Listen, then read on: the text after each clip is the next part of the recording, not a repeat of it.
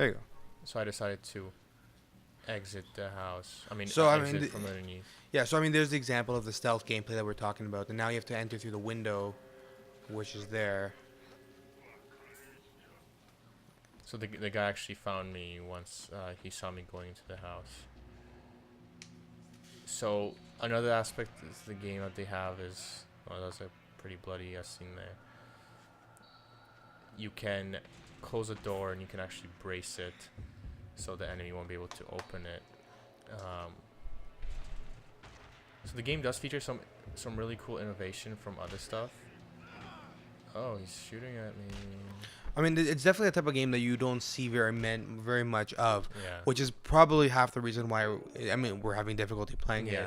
I would say that the closest equivalent to this would probably be the Silent Hill series, but not really. Yeah. I don't know. This game is really, really original. The way the presentation and the whole feel of it really reminds me of what was that camera game you should go with the camera?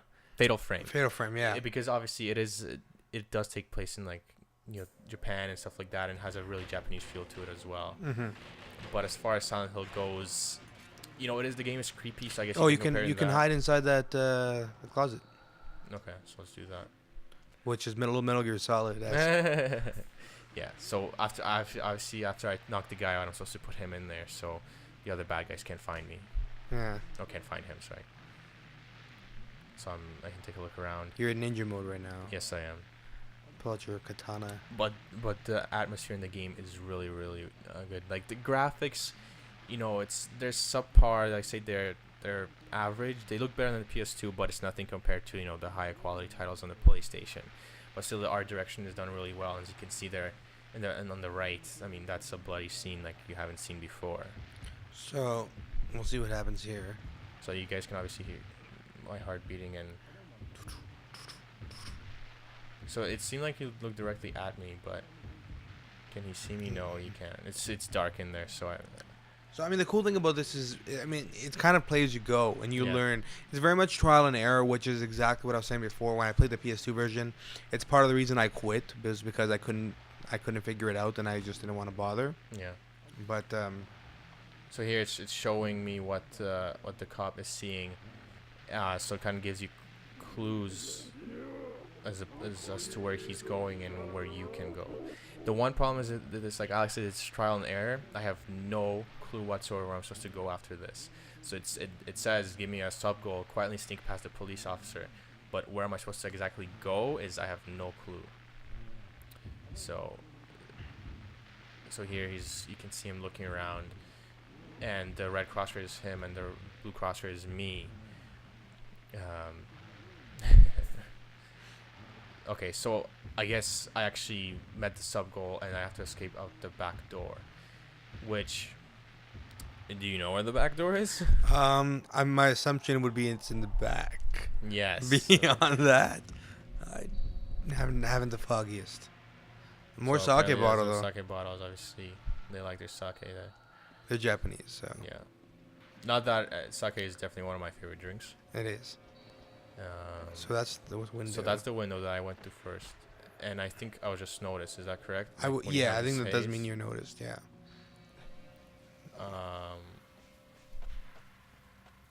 So.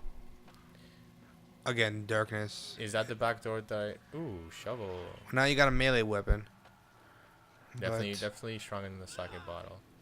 But once again, this is something like that you just use in when you're really, really desperate. Yeah. Again, yeah, exactly, because most of the game is dedicated to not being seen. And he's out. So can I take him out? I think you should be able to. I mean, you're hitting with a shovel.